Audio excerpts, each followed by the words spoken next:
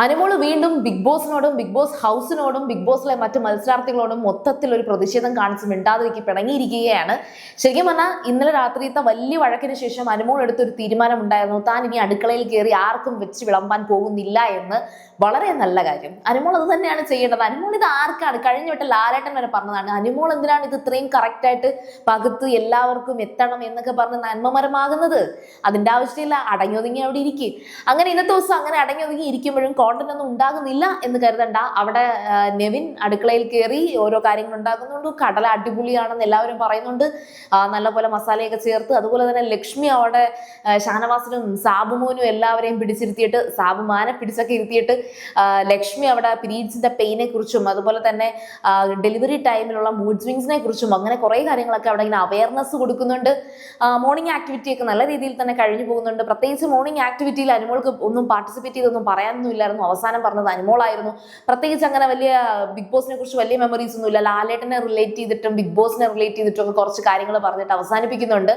പക്ഷേ ആദില, നൂറ ഇവർ രണ്ടുപേരും കച്ച കെട്ടി ഇറങ്ങിയിരിക്കുകയാണ് അനുമോളെ നെഗറ്റീവ് ആക്കാനും. അനുമോള് എന്ത് ചെയ്താലും അത് അനുമോൾക്ക് പഠിപ്പിച്ചു കൊടുക്കണം എന്നുള്ളൊരു ധാരണയിൽ ഇപ്പോൾ ചായ ഇട്ടപ്പോൾ അനുമോൾക്ക് ചായ വേണമോ എന്ന് പോയി നെവിനെ കൊണ്ട് ചോദിപ്പിക്കുന്നുണ്ട് നൂറ.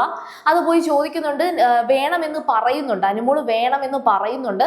അങ്ങനെ ചായ ഇടുമ്പോൾ ചായ കടുപ്പൊക്കെ കൂട്ടിയാണ് ഇവരിടുന്നത്. അപ്പോൾ അങ്ങനെ കടുപ്പൊക്കെ കൂട്ടിയിട്ട് ആദില വന്നിട്ട്, ആദിലയും നൂറയും വന്നിട്ട് അവിടെ പുറത്ത് അനുമോള് സോഫയിൽ ഇങ്ങനെ ഇരിക്കുകയാണ് പുറത്ത്. അപ്പൊ അവിടെ വന്നിട്ട് ചായ കൊടുക്കുന്നുണ്ട്.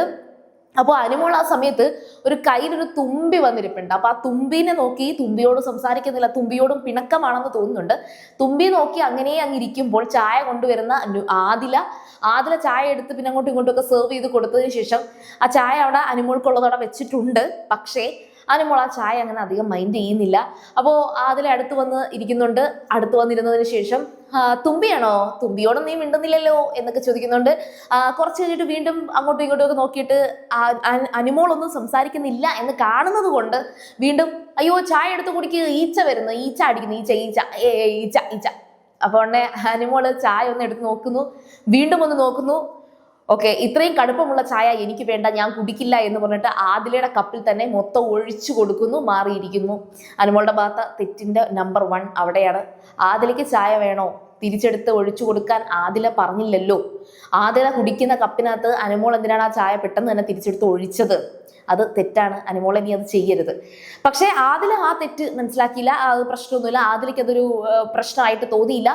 അനുമോൾ ഒഴിച്ചു കൊടുത്ത ആ ചായ ആദിലയുടെ കപ്പിൽ നിന്ന് ആദില എടുത്ത് കുടിക്കുന്നു.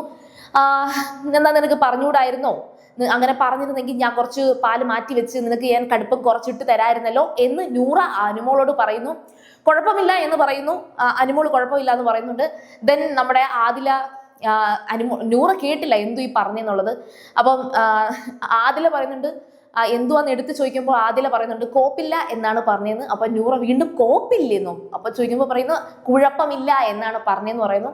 അങ്ങനെ അവർ മിണ്ടിക്കൊണ്ടിരിക്കുന്നിടം വരെയാണ് ഞാൻ കണ്ടത്. ശരിക്കും പറഞ്ഞാൽ അനുമോൾ മിണ്ടാതിരിക്കുമ്പോൾ ഉള്ളൊരു കുഴപ്പം ഇവിടെയാണ്. അനുമോൾ മിണ്ടിയാലേ ബിഗ് ബോസിന് ഒരു വഴക്കുണ്ടാകത്തോള്. അപ്പോൾ ഇവിടെ വഴക്കാളി ആരാണ്? അല്ലെങ്കിൽ വഴക്കുണ്ടാകുന്നത് ആരാണ്? അല്ലെങ്കിൽ ബിഗ് ബോസിൽ കോണ്ടന്റ് ഉണ്ടാകുന്നത് എങ്ങനെയാണ്? അനുമോൾ മിണ്ടുമ്പോൾ, അനുമോൾ ഓരോ കാര്യങ്ങളും എടുത്ത് സേവ് ചെയ്യുമ്പോൾ. ഇന്ന് മറ്റൊരു സംഭവം ഇന്ന് ലിവിങ് ഏരിയയിൽ അല്ലെങ്കിൽ അവർ ബ്രേക്ക്ഫാസ്റ്റ് കഴിക്കുന്ന സമയത്ത് ഉണ്ടായെന്ന് വെച്ചാൽ തക്കാളി, പഞ്ചസാര ഇതെല്ലാം തന്നെ അനാവശ്യമായിട്ടാണ് നിങ്ങളൊക്കെ സ്റ്റോർ ചെയ്ത് വെക്കുന്നത് എന്ന് അനീഷ് പറയുന്നുണ്ട്. അനീഷും നൂറയും, നൂറ അനീഷിനെ സപ്പോർട്ട് ചെയ്ത് പറയുന്നുണ്ട്. നേരെ മറിച്ച് ഈ പറയുന്ന തക്കാളിയൊക്കെ ആ ഒരു മാസം എല്ലാവരും അവരുടെയൊക്കെ ആവശ്യത്തിനൊക്കെ എടുത്ത് കഴിച്ച് തീർക്കുകയാണെങ്കിൽ നമുക്ക് തരുന്ന റേഷൻ അവർ കറക്റ്റായിട്ട് അത് നമുക്ക് അറിഞ്ഞു തന്നെ നമുക്ക് ഇല്ല എന്ന് കണ്ട് അറിഞ്ഞു തന്നെ തരും.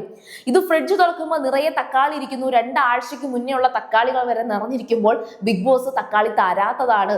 കഴിഞ്ഞ മാസം സേവ് ചെയ്ത പഞ്ചസാര ഈ മാസവും വീണ്ടും എടുക്കുന്നത് കൊണ്ടാണ് ബിഗ് ബോസ് 1 കിലോ 2 കിലോ ആയിട്ട് ഈ പറഞ്ഞ പഞ്ചസാര കുറയ്ക്കുന്നത്. അപ്പൊ ഒരു തക്കാളി ഉണ്ടെങ്കിൽ പലപ്പോഴും ആ സ്റ്റൊമക്ക് ഒന്ന് ഫില്ലാകാൻ ആ ഒരു പകുതി തക്കാളിയെങ്കിലും കഴിച്ചാൽ കൊള്ളാമെന്ന് അനീഷിന് തോന്നാറുണ്ട്.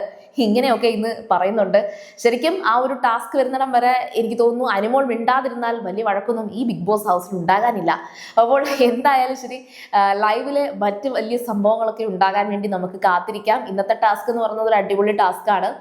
എനിക്ക് തോന്നുന്നു അനുമോൾക്കും അനീഷിനും ഒക്കെ നന്നായിട്ട് കുറെ കാർഡുകൾ കിട്ടുന്നുണ്ട്. ആര് വിൻ ചെയ്യുമെന്നുള്ളത് നമുക്ക് ലൈവിൽ വരുമ്പോൾ കാണാം. സീരിയൽ കാണുമ്പോൾ നിങ്ങൾ ഫസ്റ്റ് ടൈം ആണ് കാണണമെങ്കിൽ ഉറപ്പായിട്ടും ചാനൽ ഒന്ന് സബ്സ്ക്രൈബ് ചെയ്തിട്ട് കാണുക. വീഡിയോ ഇഷ്ടപ്പെട്ടാൽ ലൈക്ക് ചെയ്യാം, കമന്റ് ചെയ്യാം, ഷെയർ ചെയ്യാം. അപ്പോൾ ഞാൻ പോയി വരാം. ബൈ.